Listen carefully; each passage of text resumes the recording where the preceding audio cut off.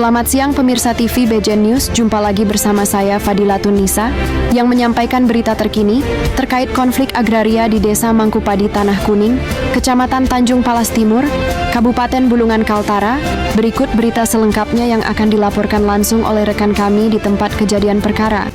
Pemirsa TV BJN News, breaking news terkini yang masuk ke redaksi tanggal 28 bulan September tahun 2025. Berita selengkapnya gabungan masyarakat Mangkupadi, Tanah Kuning Bulungan Kaltara, bersatu tuntut tanah hak ulayat di tengah proyek PSN Kipi Adaro. Masyarakat gabungan dari Desa Mangkupadi dan Desa Tanah Kuning, Kecamatan Tanjung Palas Timur, Kabupaten Bulungan, Kalimantan Utara, kini bersatu dalam sebuah perlawanan, menuntut keadilan atas dugaan perampasan tanah hak ulayat mereka. Perlawanan ini diarahkan kepada perusahaan-perusahaan besar, termasuk perusahaan oligarki PT, Kalimantan Industrial Park Indonesia, KIPI, dan PT Adaro melalui anak perusahaannya yang beroperasi di bawah payung Proyek Strategis Nasional PSN, Kawasan Industri dan Pelabuhan Internasional, KIP, Tanah Kuning Mangkupadi. Masyarakat yang merasa tertindas ini mengungkapkan bahwa permasalahan ini berakar sejak masa beroperasinya perusahaan perkebunan kelapa sawit PT BKAP, hingga kemudian terjadi alih fungsi lahan menjadi hak guna bangunan HGB untuk kawasan industri raksasa tersebut. Mereka menilai proses peralihan ini banyak merampas tanah, warisan nenek moyang yang telah mereka jaga dan lestarikan secara turun-temurun. Fakta mengejutkan, kuburan hingga laut masuk batas perusahaan. Fakta-fakta di lapangan yang diungkap oleh warga menunjukkan betapa luas dan serampangan batas hak guna usaha HGU yang dimiliki oleh perusahaan sebelumnya PT BCAP dan kini beralih menjadi hak guna bangunan HGB untuk PT KIPI. Dalam batas HGU tersebut, terungkap bahwa aset-aset publik dan area sakral milik masyarakat justru ikut tercaplok. Kuburan pemakaman warga yang seharusnya dilindungi dilaporkan masuk dalam area HGU.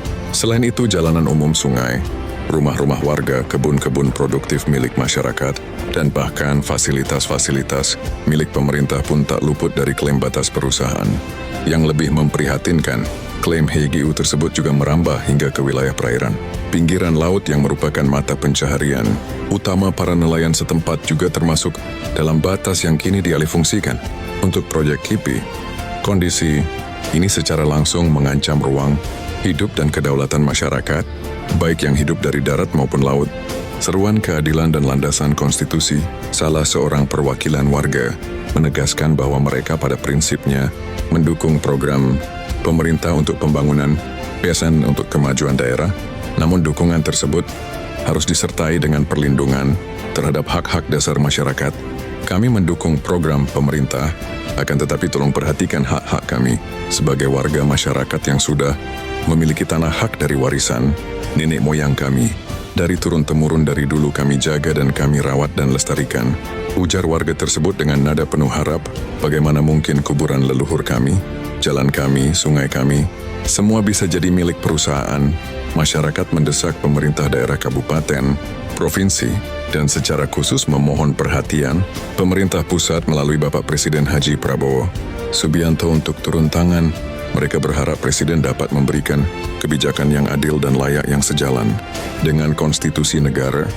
Tuntutan warga Mangkupadi dan Tanah Kuning berlandaskan pada amanat Undang-Undang Dasar Negara Republik Indonesia tahun 1945, UUD 1945 yang seharusnya menjadi pedoman utama dalam setiap kebijakan negara, terutama terkait pemanfaatan sumber daya alam dan perlindungan hak rakyat. Pasal 33 ayat 3 UUD memperlima bumi dan air dan kekayaan alam yang terkandung di dalamnya dikuasai oleh negara dan dipergunakan untuk sebesar-besar kemakmuran rakyat. Penguasaan negara harus berorientasi pada kemakmuran rakyat yang mencakup perlindungan ruang hidup dan sumber penghidupan, bukan sebaliknya. Pasal 27 ayat 2 UUD 1945 tiap-tiap warga negara berhak atas pekerjaan dan penghidupan yang layak bagi kemanusiaan. Perampasan tanah dan wilayah pesisir secara langsung mengancam hak warga untuk mendapatkan penghidupan yang layak. Pasal 16B ayat 2 UUD 45, negara mengakui dan menghormati kesatuan-kesatuan masyarakat hukum adat serta hak-hak tradisionalnya sepanjang masih hidup. Pasal ini menjadi dasar pengakuan terhadap hak ulayat adat, menuntut negara untuk menghormati dan tidak menghilangkan hak-hak tradisional mereka dalam proses pembangunan PSN. Perlawanan bersatu ini menjadi sorotan, menempatkan pemerintah di bawah tanggung jawab untuk menyeimbangkan kepentingan investasi proyek strategis nasional dengan perlindungan hak-hak konstitusional warga negara.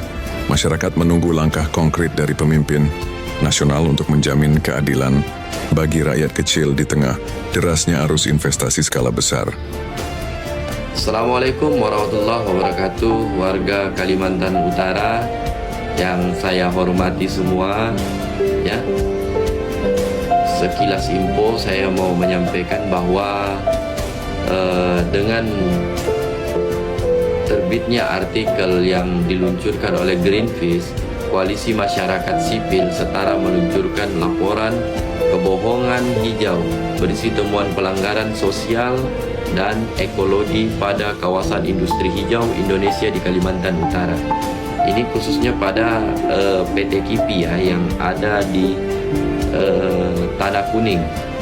Teman-teman harus ketahui bahwa PT KIPI ini kedepannya akan menjadi ancaman bagi pelaku usaha tambak, nelayan, dan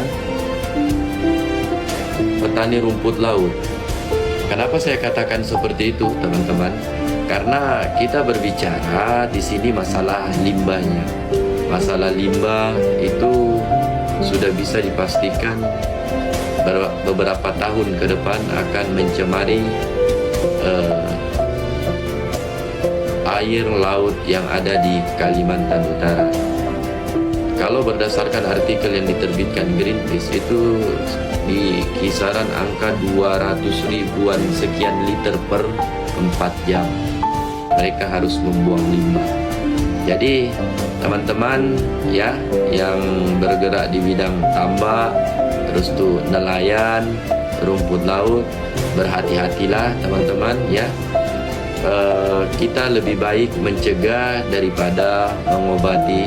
Mohon untuk para pemimpin yang ada di Kalimantan Utara, coba respon bagaimana tanggapan pemimpin yang ada di Kalimantan Utara terhadap artikel yang diterbitkan Greenpeace ini.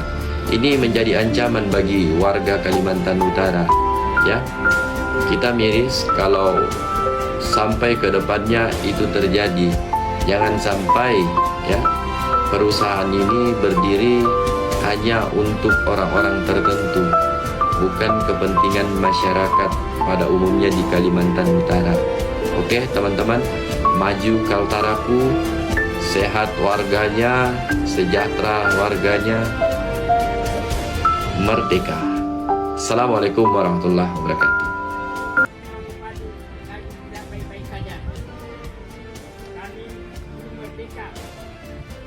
Dijajah oleh company-company. Kita harus melawan company-company itu. Jangan pernah takut.